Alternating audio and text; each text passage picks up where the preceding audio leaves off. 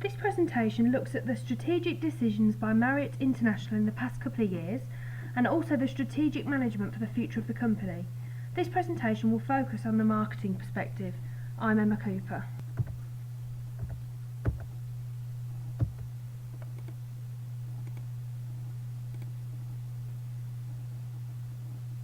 MArriott are an international leading lodging company of which many travellers use, be it for leisure use or corporate use.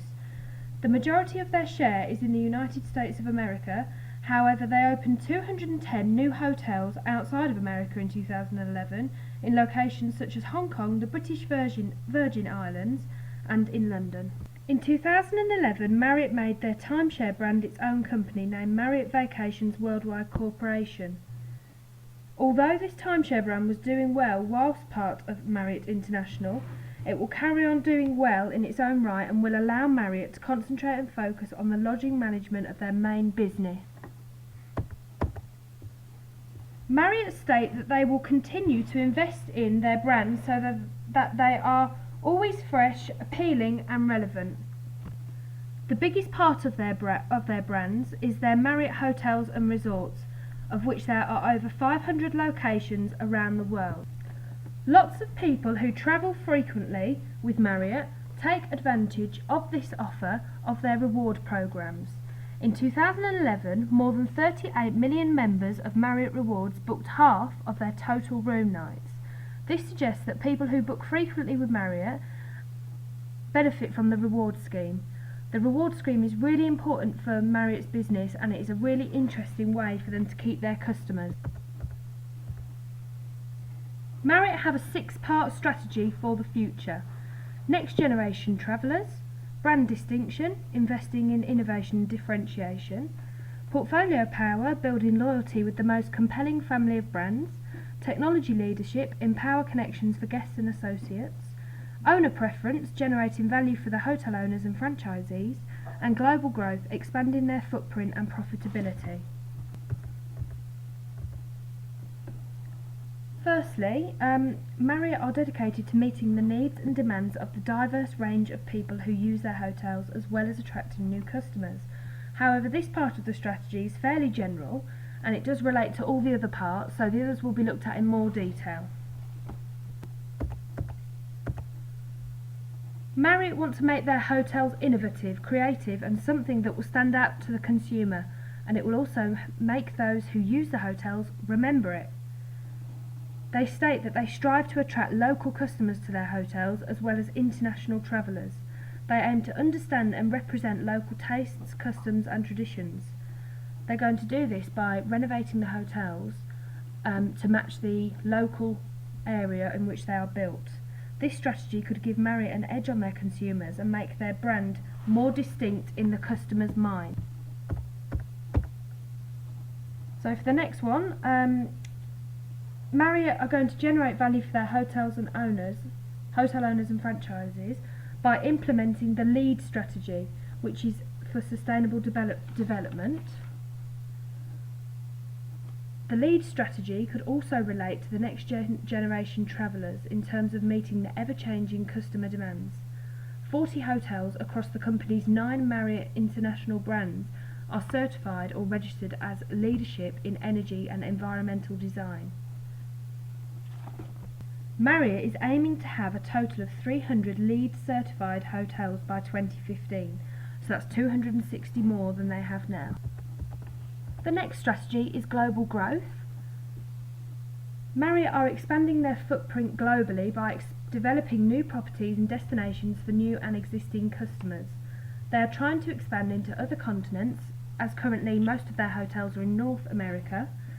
They're especially going into the Middle East and Africa, and where they expect to double their portfolio to more than 70 hotels by 2016. But they're adding hotels in places such as Iraq and Ghana, which is obviously a risky decision with all the war that is going on in Iraq at the moment. MArriott also state in their annual report that they are focused on growth in Brazil, where they hope to build 50 environmentally sustainable hotels by 2015. They're probably focusing on Brazil especially due to the World Cup taking place there in 2014 and the Olympics there in 2016. There'll be plenty of tourists in Brazil for the foreseeable future during and after the events. and this could really make a difference for MArriott. So now we're going to have a look at a risk chart, which shows each of those three strategies that have just been discussed on a scale of risk. Firstly, we need to look at the brand distinction and investing in innovation differentiation, which is the red dot on this scale. This is medium on the impact of project scale because MArriott are building and renovating hotels to relate to the local culture, which will cost a lot of money, and if people don't like it, those hotels will suffer and they probably will struggle to make up some money. But they will have the local community and culture who will be interested in using the hotel for one reason or another. Therefore, the risk on this scale is not high. On the likelihood of the risk occurring scale, the strategy is placed at 25%. MArriott have done their research, and this strategy could really appeal to consumers, especially holidaymakers or travellers who are keen to experience as much of the culture as possible. The likelihood of the risk occurring is low, but the impact on the project, if it did, could be quite costly for MArriott. Next, it's risk 2, which is the green dot on this chart. This is low on the impact on project scale because MArriott are simply building their hotels with different materials, using different products, etc. The only thing is it may cost them a little bit more, but by being environmentally sustainable, they will reduce costs at these hotels in the long run. On the likelihood of risk occurring scale, the strategy is placed at 25%. This is again a low figure, and MArriott seem to have done their research on this one too, as they are doing this not only to be in line with competitors or even ahead of competitors, but to meet consumer demand. The likelihood of the risk occurring is low, and if it did, the impact on the project wouldn't be terrible. It may cause a few problems, but MArriott are so big, nothing major could really affect the business. Now we're looking at the third strategy, or risk 3. You need to be looking at the yellow dot on this diagram. This is high on the impact on project scale, as expanding costs a lot of money, and it can be hard to build hotels in areas which are already saturated. If a hotel failed to make money in a particular area, this could have a small impact on MArriott, but if lots of hotels fail, especially ones in Iraq and other non-tourist areas, this could have a big effect on the company. On the likelihood of risk occurring scale, the strategy is placed at about 10 to 15%. This is a low figure, and this is because MArriott has such a large company. Although there is a lot of competition, MArriott do lots of different areas of the hotel industry, for example corporate, tourist, traveller, business. They have so many hotels in so many areas, the name is known worldwide, and the name alone is likely to attract current customers and new customers to different areas on the globe. Next, the recommendations for MArriott. MArriott have so many different brands which cater for lots of different consumer needs and demands, but they don't have a budget range of hotels as such. Maybe they need to look into a range of standard budget hotels similar to the Premier Inn or Travelodge. This way they could access more of the market and reach out to those that require cheap overnight accommodation. Recommendation 2. MArriott should ensure that for each brand of hotels, all of the hotels are at the same high standard and all match a similar portfolio, so that customers that like a particular brand can experience the same in different hotels and locations. MArriott should market their brands better so that people know more about them, because with such a wide range of brands and different kinds of hotels, there is a different experience out there for anybody who wants it. Finally, MArriott could try and get more involved with the holiday market, as currently MArriott is used more by businesses and corporate travel. This could allow them to expand their hotels into a different market, and with all the different brands, people can travel to different destinations and experience a different hotel from each brand. They could merge with a holiday hotel chain such as Iberostar, for example, or they could have more involvement with a travel agent and their hotels would become available as part of a package to the consumer.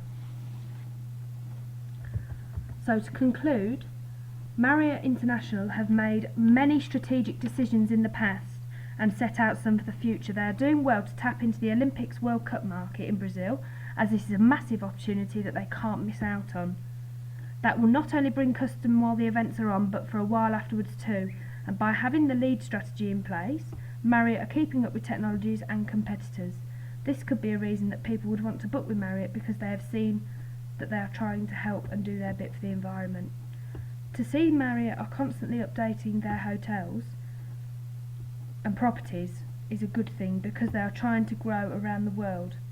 By expanding in the areas where there are few hotels and there is not much of the MArriott name around, this should be a good opportunity for them.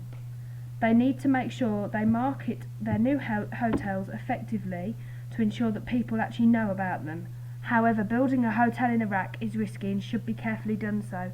This hotel may need a lot of care and attention to ensure smooth running and extra work to make sure people know about it and that it is profitable. Thank you.